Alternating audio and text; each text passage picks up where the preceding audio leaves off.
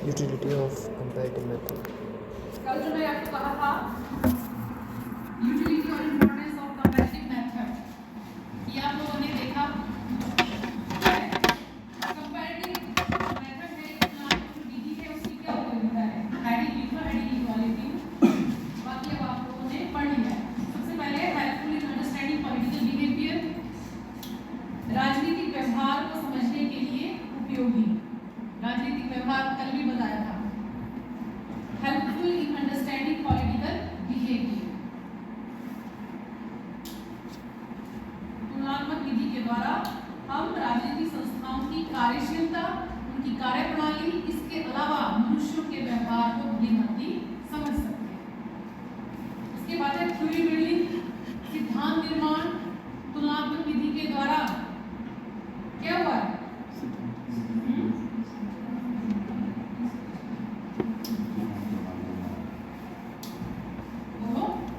सिद्धांतों का निर्माण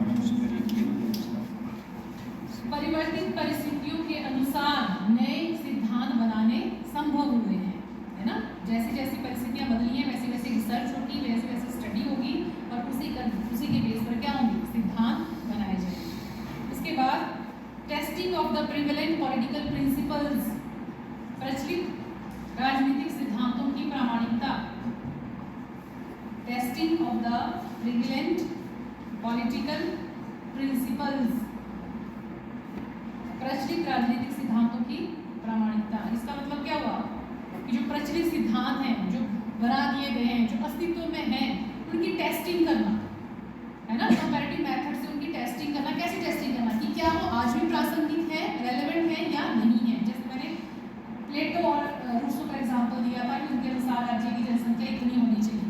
इसकी टेस्टिंग हम कंपैरेटिव मेथड के थ्रू कर सकते हैं कि क्या आज वास्तव में जो ये थ्योरी है प्लेटो ने दी या रूसो ने दी कि इतनी होनी चाहिए 5000 या 10,000, तो क्या ऐसा आज पॉसिबल है कि नहीं, हम इसकी टेस्टिंग कर सकते हैं कंपैरेटिव मेथड के।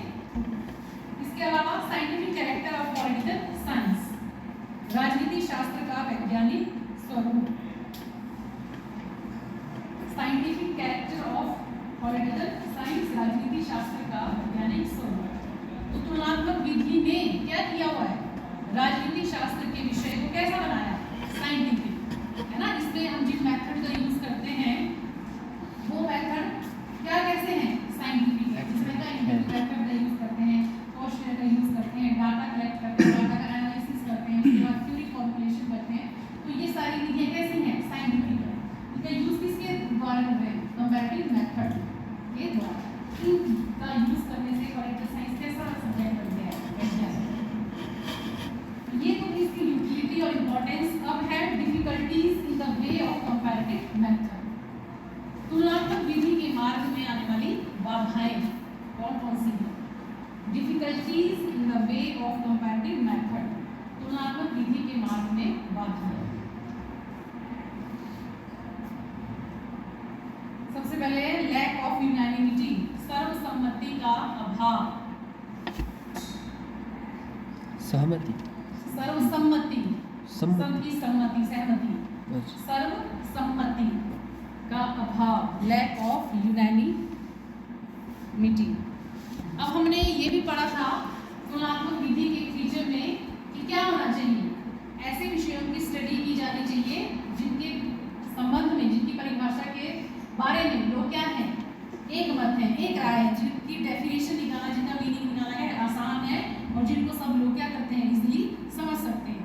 लेकिन राजनीतिक विज्ञान के क्षेत्र में ऐसे बहुत से विषयों, ऐसे बहुत से कंसेप्ट्स ने क्या है, शामिल हुए हैं जिनके बारे में क्या है, यूनानिमिटी नहीं है। मतलब उन विषयों का कुछ लोग कुछ अनेक अर्थ निकालते हैं, दूसरे लोग कुछ और निकालते हैं, तीसरे कुछ और निकालते हैं, है ना। डेवलप्ड कंट्रीज उसका मीनिंग कुछ और निकालेंगे, डेवलपिंग कंट्रीज कुछ और निकालेंगे।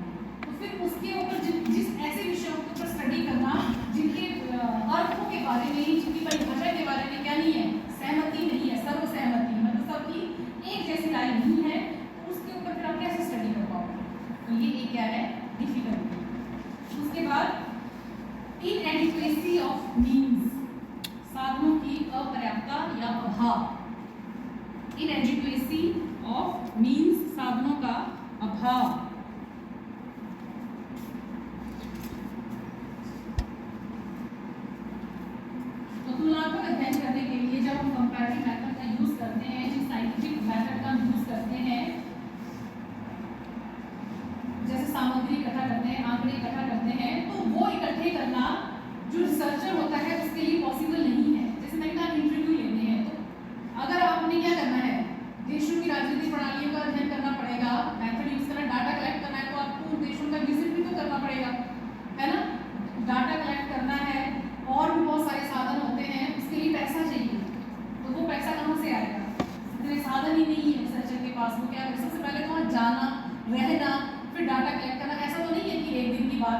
पहले दूसरे दिन डाटा कलेक्ट किया और आ गए, सालों लग जाते हैं। सालों का खर्चा को कैसे होगा? ठीक है, तो साधन जो है वो इतने पर्याप्त नहीं है कि रिसर्चर अच्छे से स्टडी कर सके। इसके बाद है एब्सेंस ऑफ साइंटिफिक बेसिस, वैज्ञानिक आधार की अनुपस्थिति। एब्सेंस ऑफ साइंटिफिक बेसिस, वैज्ञानिक आधार की अनुपस्थिति।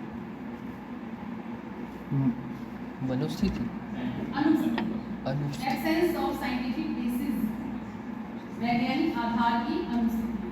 तो हमने राजनीति विज्ञान को विज्ञान इसलिए माना था कि इसमें क्या होता है, पॉलिटिकल बिहेवियर की स्टडी होती है, मनुष्यों के व्यवहार का इसमें अध्ययन किया जाता है।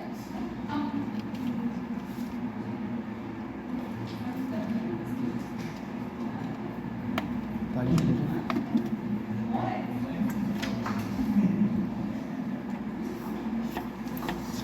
ओके,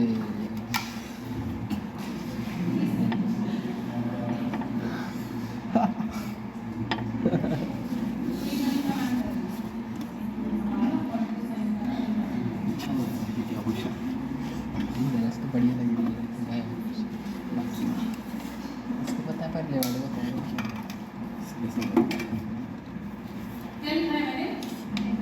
वैज्ञानिक आधार की अनुपस्थिति। हाँ, साइंटिफिक मेथड की क्या है, अनुपस्थिति है। हमने पॉलिटिकल साइंस को या राजनीति विज्ञान को विज्ञान इसलिए माना था क्योंकि हमने ये कहा कि इसमें हम क्या करते हैं, पॉलिटिकल बिहेवियर की स्टडी करते हैं, मनुष्यों के व्यवहार का अध्ययन करते हैं। अब जो ये व्यवहार है, राजनीतिक व्यवहार है, वो स्टैटिक तो नहीं है, वो डायनामिक है, उसमें चेंज आता रहता है, वो गतिशील है। अगर मनुष्यों के ही व्यवहार की बात करें, जो हमने कल भी डिस्कस किया था, एक जैसा तो नहीं रहता। आज मनुष्य कुछ और कह रहा है, आज आपका ओपिनियन कुछ और है, हो सकता है 1 साल बाद आपका ओपिनियन उसी विषय के ऊपर कुछ और हो जाए, है ना? तो फिर जब मनुष्य की जो ओपिनियन है, वो जो व्यवहार है, वो बदल रहा है, तो स्टडी कैसे होगी, है ना? वो तो ऐसे चीज स्टैटिक, हाँ ऐसा है, फिर आपने रिजल्ट निकाले। आज आपने स्टडी की, आज के बेस पर आप रिजल्ट निकाल रहे हैं। 1 साल के बाद कंडीशन कुछ और हो जाएगी, परिस्थितियां चेंज हो जाएगी, व्यवहार चेंज हो जाएगा, ओपिनियन चेंज हो जाएगा, तो रिजल्ट कुछ और आएगा। तो आपकी स्टडी वैलिड कैसे हुई, है ना? तो ये भी क्या है, एक इसका क्या लिख रहे हैं, डिफिकल्टी है कि मनुष्य का जो व्यवहार है वो बदलता है। बदलते हुए व्यवहार के कारण राजनीतिक व्यवहार का सही मायनों में विश्लेषण करना संभव नहीं है। आप उसी चीज का विश्लेषण कर सकते हैं, व्याख्या कर सकते हैं जो स्थिर है, जो स्टैटिक है, जो बदल रही है, हर घड़ी बदल रही है, या हर 6 महीने में, साल में बदल रही है, तो उसका एक रिजल्ट कैसे आएगा? वो नहीं आएगा, वो अलग अलग आएगा। उसके बाद वो यूनिवर्सली स्कोप, बहुत व्यापक है,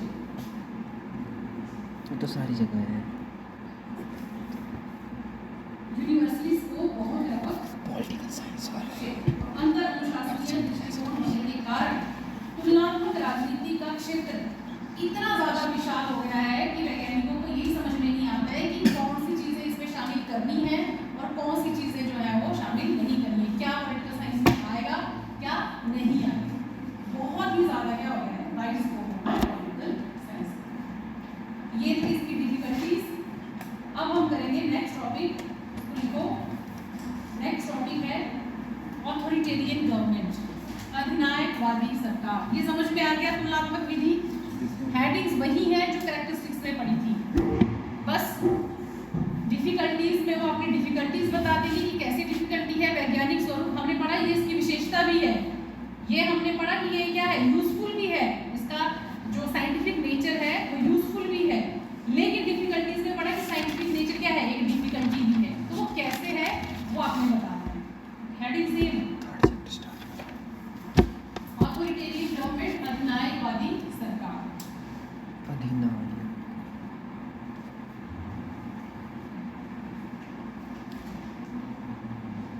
लिखो मीनिंग ऑफ ऑथोरिटेरियन गवर्नमेंट, अधिनायकवादी सरकार का अर्थ। बहुत इजी टॉपिक है, लिखो। अधिनायकवादी शासन प्रणाली या अधिनायकवादी शासन, या इसको सर्वाधिकारवादी शासन भी कहते हैं हिंदी में। ऑथोरिटेरियन,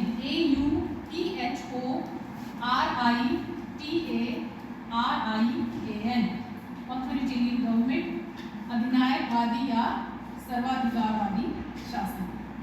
इनको अधिनायकवादी शासन प्रणाली में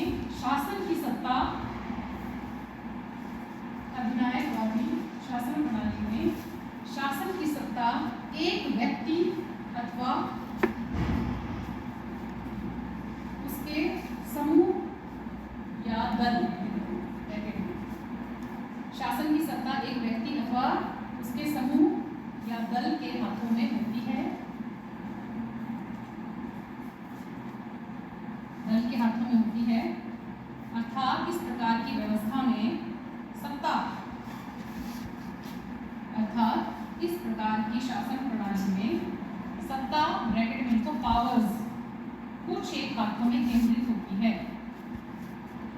अर्थात इस प्रकार की व्यवस्था में सत्ता या पावर्स कुछ एक हाथों में केंद्रित होती है। उनका अधिनायक अपनी शक्तियों का प्रयोग अपनी इच्छा अनुसार करता है। अधिनायक अपनी शक्तियों का प्रयोग अपनी इच्छा अनुसार करता है और वह किसी के प्रति उत्तरदायी नहीं होता, और वह किसी के प्रति उत्तरदायी नहीं होता। ठीक है, अधिनायक अपनी शक्तियों का प्रयोग अपनी इच्छा अनुसार करता है और वह किसी के प्रति उत्तरदायी नहीं होता। वह तब तक अपने पद पर बना रहता है, वह तब तक अपने पद पर बना रहता है जब तक शासन की शक्ति उसके हाथों में रहती है। वह तब तक अपने पद पर बना रहता है जब तक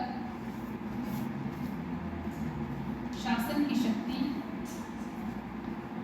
उसके हाथों में रहती है। इंग्लिश में लिखो, it is a form of government, it is a form of government where the power is concentrated between the leader or leaders of the country. It is a form of government where the power is concentrated between the leader or leaders of the country. In other words,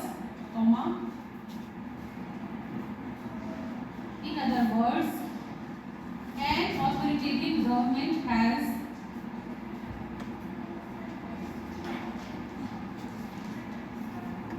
one person or a group to control politics. One person or a group to control politics. Further, there are no limits on the power. Further, there are no limits on the power. No limits on the power and accountability. And accountability, accountability होता है जवाब देता या उत्तरदायी। And accountability, usually, the leaders are self-appointed. Usually, the leaders are self-appointed in the authoritarian rule. Usually, the leaders are self-appointed in the authoritarian rule. These type of governments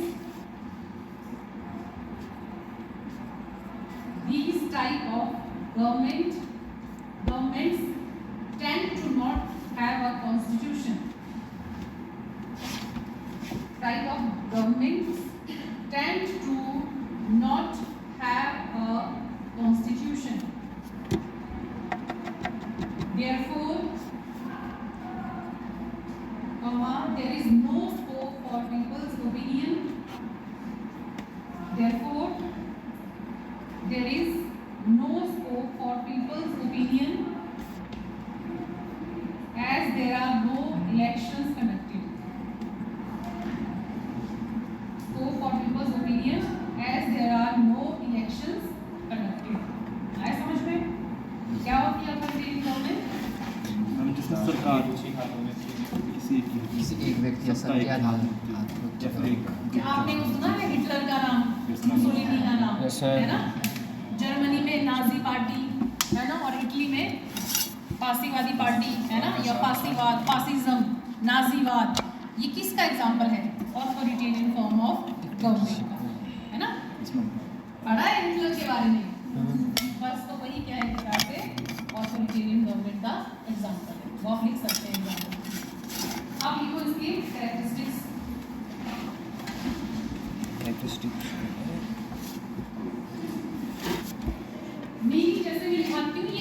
definitions आपने खुद से या इंटरनेट से देख लेनी है किन्हीं भी थिंकर्स की, है ना, कि थिंकर्स क्या क्या कहते हैं, कैसी होती है, वो जरूर लिखनी है ऊपर में।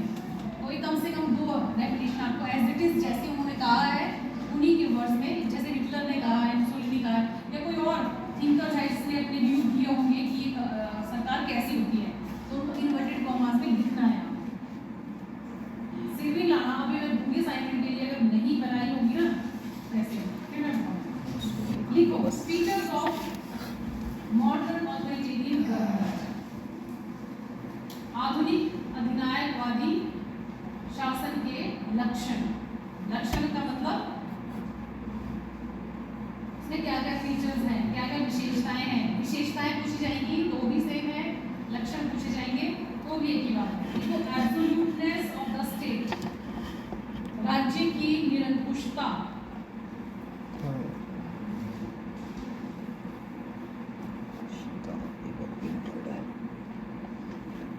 निरंकुशता का मतलब क्या होता है? एब्सोल्यूटनेस का मतलब क्या होता है?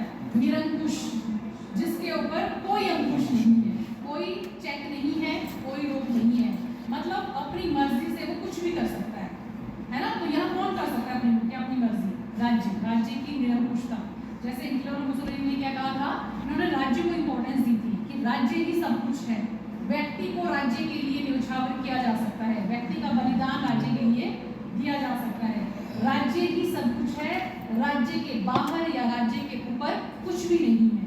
तो जो अधिनायकवादी राज्य होता है उसकी शक्तियां कैसी होती हैं? अनलिमिटेड, मतलब कोई वो राज्य जो है अपने क्षेत्राधिकार में किसी भी प्रकार का कानून बना सकता है, ना वो किसी को के प्रति जवाबदेह होता है, किसी को के प्रति वो रिस्पॉन्सिबल नहीं होता, किसी को उसने जवाब भी देना होता है कि वो सही कर रहा है या गलत होता है कर रहा है, मतलब उसकी मर्जी चलेगी, जैसा वो करे, चाहे सही करे चाहे गलत।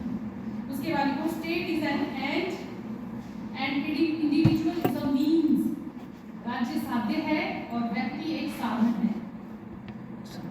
END वाला लिखना है। स्टेट इज एन एंड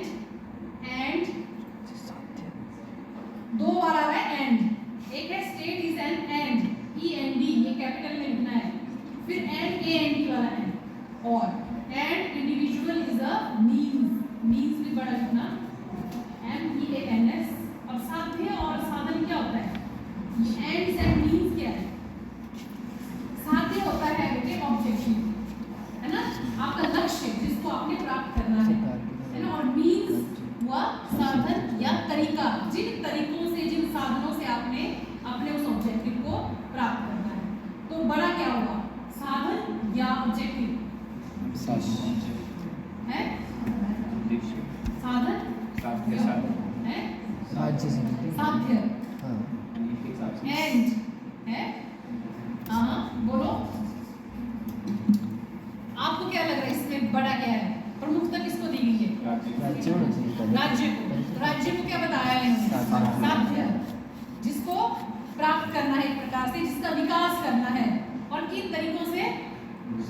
व्यक्ति एक साधन है, जो मैंने पहले लाइन कही पहले वाली हेडिंग में, कि व्यक्ति को न्यौछावर किया जा सकता है, व्यक्ति का बलिदान दिया जा सकता है, व्यक्ति एक साधन बनता है राज्य के विकास करने का। तो बड़ा कौन हुआ? राज्य। बड़ा कौन हुआ? साध्य, ऑब्जेक्टिव, है ना, और व्यक्ति क्या है? साधन है ना, यहाँ तक पहुँचने का। आपने कॉलेज आना है, कॉलेज पहुँचना आपका ऑब्जेक्टिव है, काम कैसे पहुँचना है ना, कोई तरीका आपने ढूंढा होगा। तो वैसे तो दोनों इंपॉर्टेंट है ना, गांधी जी ने साध्य और साधन दोनों के इंपॉर्टेंस की बात कही थी, दोनों की पवित्रता की बात कही थी। साधन भी पवित्र होना चाहिए, ऐसा नहीं आप गलत तरीकों से क्या किया, किसी की गाड़ी चोरी कर दी और फिर आखिर यहाँ पहुँच गए, गलत तरीके से यहाँ करके पहुँचे ना, है ना, तो वो भी गलत है। साधन भी कैसा होना चाहिए? सही होना चाहिए। आप क्या कर रहे हैं? बोलो, सही तरीके का चुनाव करें।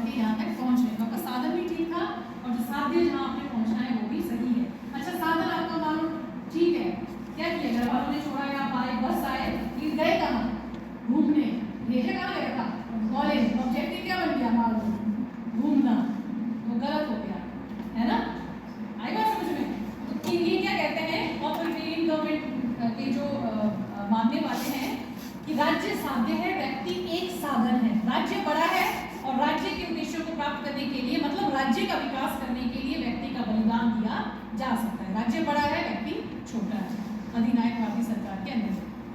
अदरवाइज क्या होता है जनरली जो थिंकर है वो क्या कहते हैं, खास करके लिबरलिस्ट थिंकर क्या कहते हैं, वो ऑपोजिट कहते हैं। वो कहते हैं व्यक्ति बड़ा है, राज्य एक साधन है व्यक्ति के विकास करने का। लिबरलिस्ट उदारवादी व्यक्ति की स्वतंत्रता की बात करते हैं, वो राज्य से ज्यादा व्यक्ति को प्रमुखता देते हैं। वो ये कहते हैं कि राज्य का निर्माण व्यक्तियों ने खुद किया है अपना विकास करने के लिए, तो राज्य सेकेंडरी हुआ और जो इंडिविजुअल की फ्रीडम है वो प्राइमरी हुआ। लेकिन अधिनायकवादी क्या कहते हैं, राज्य बड़ा है, राज्य साध्य है और व्यक्ति एक साधन है। व्यक्ति एक तरीका है साध्य को प्राप्त करने का, ऑब्जेक्टिव को प्राप्त करने का। ऑब्जेक्टिव यहाँ पर क्या है, राज्य का विकास। आई बात समझ में? तो ये अलग अलग है। अभी हम अधिनायकवादी पढ़ रहे हैं तो ये याद रखना, ये राज्य को इंपॉर्टेंस देते हैं, व्यक्ति को नहीं। जब आप लिबरलिज्म के बारे में पढ़ोगे, पिछले साल पढ़ा होगा आपने, तो लिबरलिस्ट थिंकर क्या कहते थे कि व्यक्ति बड़ा है, व्यक्ति की स्वतंत्रता बड़ी है, राज्य एक तरीका है व्यक्ति की स्वतंत्रता को प्राप्त करने का।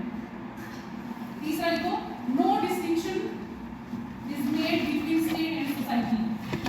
राज्य और समाज में कोई अंतर नहीं किया जा सकता। No distinction is made between state and society. राज्य और समाज में कोई अंतर नहीं किया जाता। तो ये राज्य और समाज में कोई अंतर नहीं मानते। फिर वही बात आ गई, अगर लिबरलिज्म की बात करें, वो कहते हैं पहले समाज बना, मनुष्य की सामाजिक आवश्यकताओं की पूर्ति के कारण समाज बना। सामाजिक आवश्यकता क्या है, सोशल नीड्स, दूसरों के साथ उठना बैठना, खाना पीना, बैठना, बातें करना, है ना, वही हुआ ना सोशलाइजेशन। तो आप मनुष्य की जो आदतें हैं, इसके कारण क्या हुआ, समाज बना। फिर समाज की भी अपनी कुछ दिक्कतें ही, है ना, जैसे शांति व्यवस्था बनाए रखना, कानून बनाए रखना। अब जब लोग आपस में एक साथ एक समाज में रहेंगे तो कॉन्फ्लिक्ट भी पैदा होंगे, लड़ाई झगड़े भी होंगे। तो लड़ाई झगड़ों को दूर करने के लिए उदारवादी कहते हैं फिर राज्य बना। तो वो कहते हैं समाज अलग है, राज्य अलग है। लेकिन ये क्या कहते हैं, राज्य और समाज कोई अलग अलग नहीं है, राज्य ही एक चीज है, समाज जो है वो समाज नाम की कोई संस्था नहीं है, राज्य ही है और राज्य ही सबसे बड़ा है। उसके बाद देखो, आइदर पार्टीलेस और वन पार्टी सिस्टम। राजनीतिक दल का अभाव या एक दलीय। आइदर पार्टीलेस और वन पार्टी सिस्टम। राजनीतिक दल का अभाव या एक दलीय प्रणाली।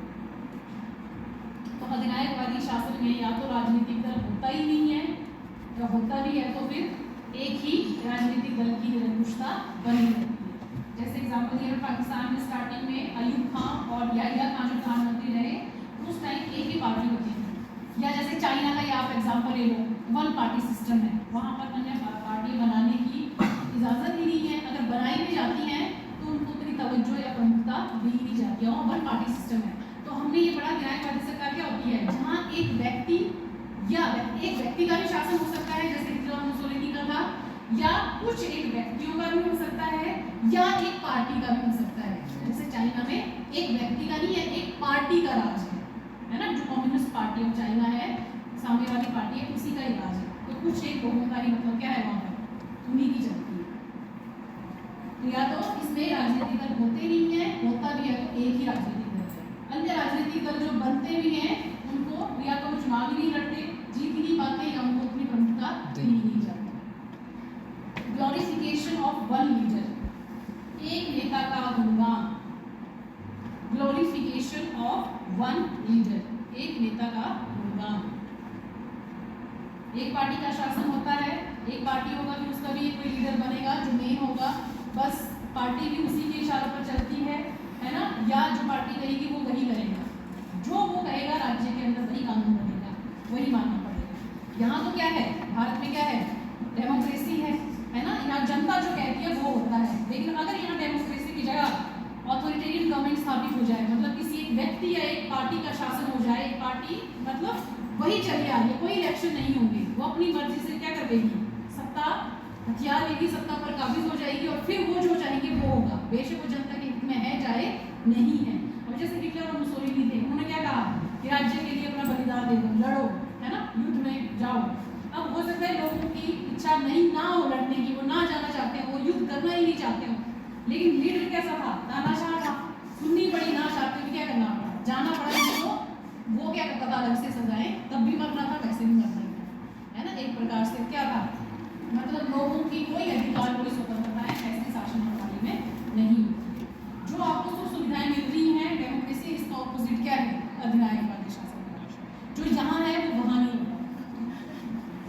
बाद को नेक्स्ट हेडिंग भी यही है, absence of rights and liberties, अधिकारों और स्वतंत्रता का न होना। Absence of rights and liberties, अधिकारों और स्वतंत्रता का न होना। मीनिंग इसका समझ में आ गया था, है ना। ऐसे प्रकार की शासन प्रणाली जो है वो में ना इलेक्शन होते हैं, ना ही लोगों की राय पूछी जाती है, ना ही सरकार या वो जो नेता होता है वो रिस्पॉन्सिबल होता है, वो अपनी मर्जी चलाता है। तो अपनी मर्जी चलाएगा तो आप लोगों को वो अधिकार हो सकता है कहाँ पे देगा, देगा भी तो वो ना के बाद बराबर होगी, ना मात्र की होगी। उसके बाद देखो, टर्म नॉट फिक्स्ड, कार्यकाल निश्चित नहीं होता। टर्म नॉट फिक्स्ड, कार्यकाल निश्चित नहीं होता। इसका अधिनायक का कार्यकाल निश्चित नहीं होता है। वो अपनी शक्ति को तब तक बनाए रखता है जब तक कि वो सत्ता पर बैठा हुआ है। यहाँ इलेक्शन ही होंगे हर 5 साल बाद, जैसे डेमोक्रेसी हर 5 साल बाद क्या होंगे, इलेक्शन होते हैं। सरकार बदल भी सकती है, वो सरकार बन भी सकती है, जैसे लोगों की इच्छा होगी कि किस पार्टी को जो है वो नेतृत्व देना है वैसा होगा। लेकिन यहाँ पर 5 साल भी लगा सकता है, 10 भी लगा सकता है, 20 भी लगा सकता है, ताउम्र भी वो अपनी सत्ता पर काबिज रह सकता है अगर पावर उसके हाथ में है। उसके बाद वो faith in violence and force, हिंसा और शक्ति में विश्वास, हिंसा और शक्ति में विश्वास, faith in violence and force.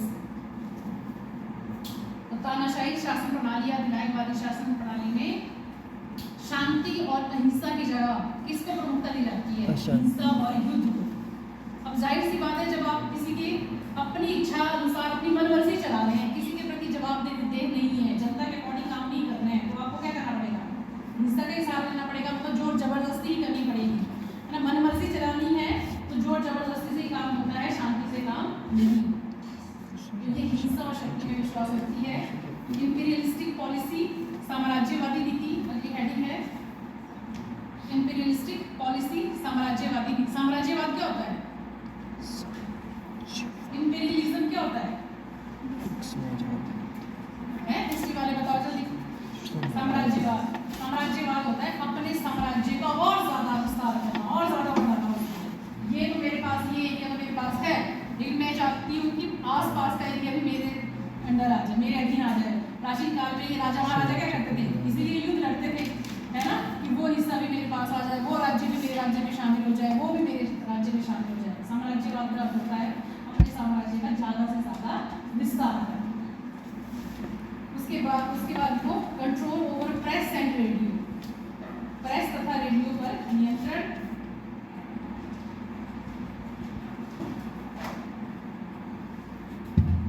Hostile to religion, धर्म के विरुद्ध।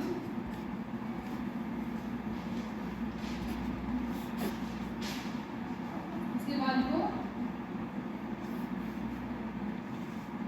रेशियलिज्म, जातीयता। इसी का पॉइंट में नहीं, नेक्स्ट पॉइंट लिखा रही हूँ अभी मैं। क्या क्या लिखा है, control over press and radio, press और रेडियो पर नियंत्रण, हॉस्टाइल टू रिलीजन, धर्म के विरुद्ध, और रेशियलिज्म, जातीयता। तो ये जो तानाशाही सरकार है या अधिनायकवादी सरकार है, जैसे हिटलर है ना, उन्होंने क्या कहा था, जर्मनी के जो लोग हैं, है ना, वो क्या है, दुनिया में सबसे श्रेष्ठ नस्ल है, वैसे लोग कहीं और पैदा नहीं हुए, वो लोग रूल करने के लिए पैदा हुए, है ना। तो अपनी जातीयता मतलब अपनी जो उनकी नस्ल है उसको वो अन्य लोगों के अपेक्षा कहीं ज़्यादा श्रेष्ठ मानते हैं। उसके बाद प्रेस और रेडियो पर कंट्रोल। तो जाहिर सी बात है वो सारे संसाधन जितने भी राज्य के होंगे वो किसके अधीन होंगे, सरकार के अधीन होंगे। सरकार जो चाहेगी, जो दिखाना है ना, पब्लिक को जो दिखाना है वही दिखाया जाएगा, जो वो नहीं चाहेगी वो नहीं दिखाया जाएगा। Otherwise democracy form of government में क्या होता है, जो मास मीडिया कम्युनिकेशन होते हैं वो सरकार के नियंत्रण से बाहर। आगे समझ में ऑथोरिटेरियन गवर्नमेंट, इसका ऑपोजिट है। कल इसके मेरिट्स और डीमेरिट्स करेंगे, विशेषताओं से ही निकलेंगे। फिर हम पढ़ेंगे डेमोक्रेटिक फॉर्म ऑफ गवर्नमेंट। दोनों इंपॉर्टेंट है, दोनों से पूछा और सबसे इजी टॉपिक है। तो लगा कोई मुश्किल है, अधिनायकवादी सरकार क्या होती है, अधिनायक क्या होता है, एग्जाम को समझ में आ गया। अधिनायकवादी और तानाशाही सरकार अलग अलग है, सेम ही होती है बेटे, हाँ ओवरऑल सेम है।